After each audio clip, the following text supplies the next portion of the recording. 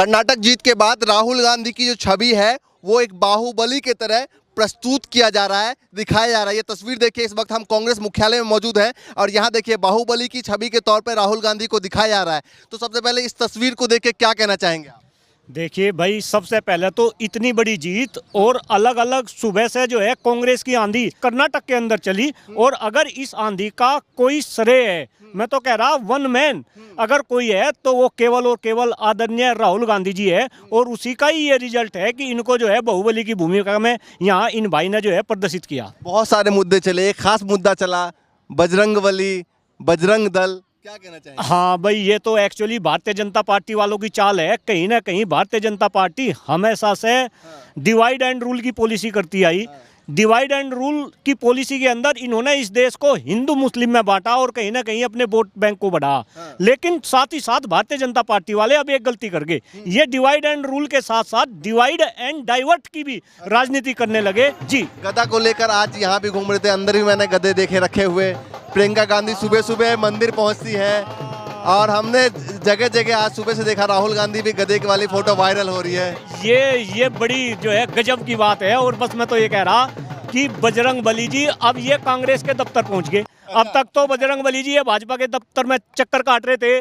भगवान राम भी जो है कहीं ना कहीं जो है ये भाजपा वाले अपने पक्ष में कह रहे थे भगवान राम जी भी हमारे हैं, लेकिन इन्हें इस बात को समझना चाहिए कि बजरंग बली की बात करो, भगवान राम की बात करो, आप और किसी भगवान की बात करो, सारे के सारे भगवान ये 142 करोड़ लोगों के हैं, ना कि किसी राजनीतिक दल के और उस राजनीतिक दल के कार्यकर्ता के। ठीक है, आता हूं मैं। कुछ लिखा है आपने, है ना, बाहुबली को और राहुल गांधी को लेकर सुनाएंगे?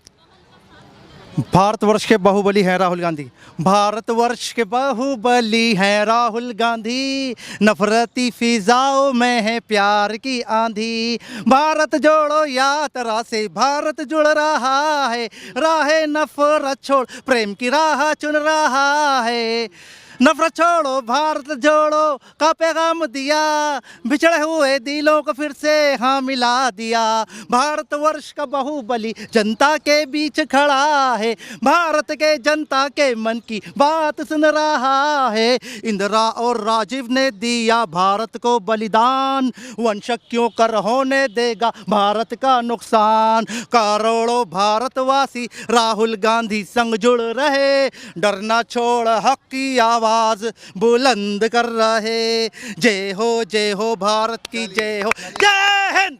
चलिए, बहुत अच्छा लिखा है। क्या कहना चाहेंगे इस तस्वीर को और आज के रिजल्ट को देखकर? देखिए, लोकतंत्र की जीत का पर्व है और अहंकार की हार का पर्व है। आज अहंकार की हार हुई। जिस तरीके से मोदी जी और बीजेपी अहंकार में थे और बिना मुद्दे के कर्नाटक में चुनाव लड़ रहे थे, उनके पास कोई मुद्दा ही नहीं था, रिपोर्ट कार्ड लेके ही नहीं गए साहब, ऐसे ही पहुंच गए। और आप ये सोच रहे थे कि आप कर्नाटक की जनता को मूर्ख बना लेंगे। देश की जनता मूर्ख नहीं है। राहुल गांधी ने जिताया, बजरंगबली ने जिताया। देखो साहब, राहुल जी, खड़गे साहब, सिद्धारमैया जी, DK शिव कुमार जी और इनके साथ साथ कर्नाटक के जितने भी कार्यकर्ता थे सभी ने जी तोड़ मेहनत करी है। और ये सामूहिक प्रयास है, क्योंकि कभी भी कोई जीत होती है तो वो एक टीम वर्क की जीत होती है। लेकिन निश्चित तौर पे इस जीत का जो श्रेय है वो राहुल जी को जाएगा, क्योंकि राहुल जी को नहीं जाएगा। बिल्कुल, खड़गे साहब तो अध्यक्ष है, वो तो एक तरीके से मान लीजिए गार्जियन है, तो उनका तो आशीर्वाद है ही है और वो कर्नाटक से ही आते हैं। एक बयान दिया जो सबने सुना था, उन्होंने कहा कि मैं इस मिट्टी का बेटा हूं, मैं इस परिवार का, इस धरती का बेटा हूं। जिस तरीके से उन्होंने कहा कि PM मोदी गुजरात में वोट मांगते हैं, उनको वोट मिलता है, तो क्या अपने बेटे को यहाँ पर वोट नहीं मिल सकता? देखो साहब, खड़गे साहब जमीनी नेता हैं, उन्होंने बूथ लेवल से राजनीति करी है, तो उन्हें मालूम है कि जो सांप है उसकी काट नेवला है और किस जहर को किस जहर से आप मार सकते हो। जो मोदी जी कहते हैं कि मैं यहाँ का बेटा हूँ, वहाँ का बेटा हूँ, तो उसी संदर्भ को लेके खड़गे साहब ने कहा कि ये बताओ साहब, जब मोदी जी गुजरात के बेटे होके वहाँ प्रचंड बहुमत ला सकते हैं, तो मैं तो कर्नाटक तो मोदी जी वाली पिच पे चल रहे हैं। देखिए, क्योंकि मुद्दा धार्मिक मुद्दे वो भी उठा रहे थे, आप भी उठाने लगे हैं। वो मुद्दा बयान दिया, इन्होंने बयान दिया। एक कहावत है संस्कृत में, सठे साठियम समाचरेत, मतलब दुष्ट व्यक्ति को दुष्टता पूर्वक ही जवाब देना चाहिए। जो व्यक्ति जिस तरह की भाषा का इस्तेमाल करता है उसको उसी की भाषा में जवाब देना चाहिए। मोदी जी गुजरात कार्ड खेल रहे थे तो खड़गे साहब ने यहाँ कर्नाटक वाला मुद्दा उठाया कि मैं तो कर्नाटक का हूँ तो वोट दो। मोदी जी जो है बजरंग दल को बजरंगबली से जोड़ रहे थे, तो यहाँ कर्नाटक की जनता ने और बीजेपी के जो कर्नाटक के कार्यकर्ता हैं उन्होंने बोल दिया कि साहब बजरंगबली तो हमारे साथ है, और जो वोट लोग भी वहाँ वोट डालने जा रहा था हर व्यक्ति पहले बजरंगबली की पूजा करके फिर वोट डालने जा रहा था। और आपने देखा कि जो ये चुनाव है, ये चुनाव बजरंग दल बनाम बजरंगबली, ये बजरंगबली जो है वो राजस्थान में साथ रहेंगे, मध्य प्रदेश में रहेंगे, छत्तीसगढ़ में रहेंगे। देखिए साहब, कोई भी ईश्वर हो, चाहे बजरंगबली हो, राम हो, कृष्ण हो, ये देश की जनता के साथ हैं और रहेंगे। जो देश की जनता के मुद्दे उठाएगा, भगवान, ईश्वर, अल्लाह, वाहिगुरु सब उसके साथ रहेंगे। आप जनता के मुद्दों पे बात कीजिए ना। 2014 में बीजेपी को ही तो वोट दिया था इस देश की जनता ने, क्योंकि आप महंगाई, बेरोजगारी, भ्रष्टाचार का मुद्दा लेके आए थे। अब आप जनता को मूर्ख समझ रहे हैं और मुद्दों से डाइवर्ट कर रहे हैं, तो साहब ऐसा नहीं चलेगा। जनता को अब जवाब चाहिए। बाहुबली आप दिखा रहे हैं राहुल गांधी को, वो भी कहते हैं भैया 56 इंच वाले हैं।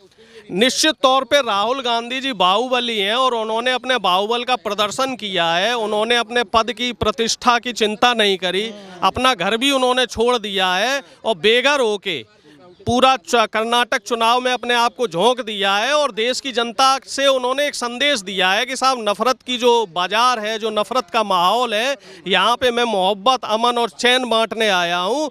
और प्रदेश की जनता, जो कर्नाटक की जनता है, उसने उन्हें सरमाथे पे रखा है और मुझे पूरी उम्मीद है। कर्नाटक को लेकर यह भी कहा जाता है कि कर्नाटक से हवा बनती है, मध्य प्रदेश, छत्तीसगढ़ और राजस्थान होते हुए लोकसभा में जाती है। देखो ऐसा है साहब, कर्नाटक दक्षिण का दुर्ग माना जाता है। तो अब आप एक चीज मान लीजिए कि दक्षिण से तो बीजेपी का सफाया हो चुका है।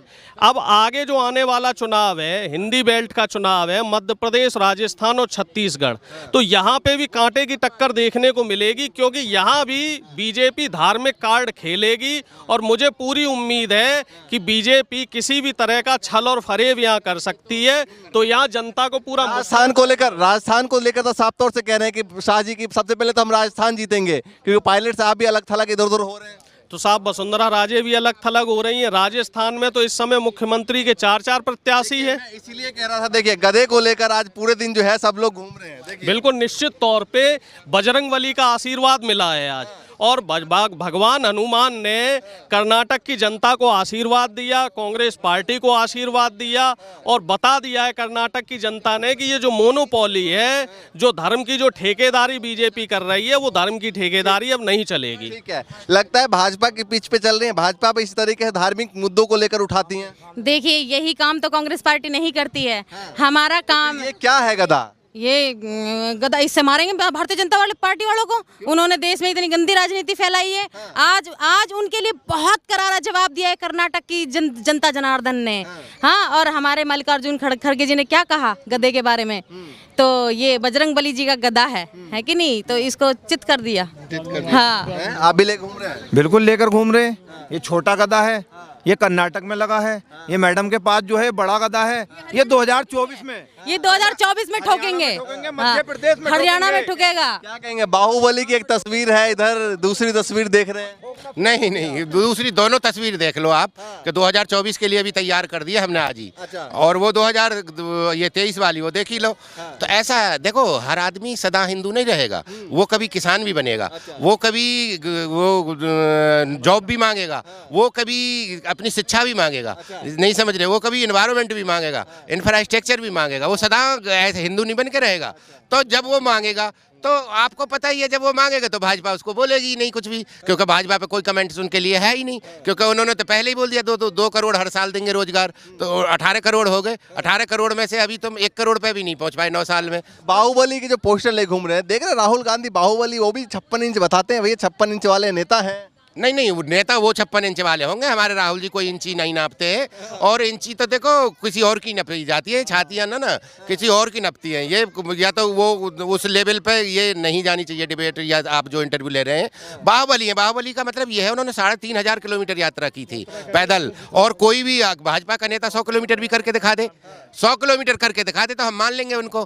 तो ये जो वो है ना, वादे हैं करना सब भूल जाएंगे। धीरे धीरे जो हवा है ना, जो हिमाचल से शुरू हुई है वो लास्ट तक पार निकल गई ना। सांप आने तक वाले समय में आज बेटियां जंतर मंतर पर बैठ के अपने हक और हकूक के लिए रो रही हैं।